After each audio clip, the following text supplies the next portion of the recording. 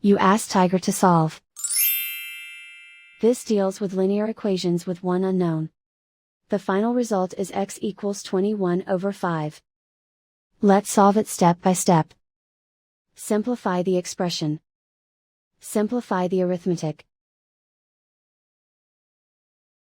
Group all constants on the right side of the equation.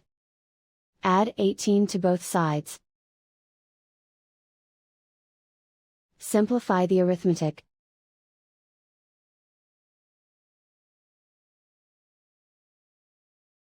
Isolate the x. Divide both sides by 5. Simplify the fraction.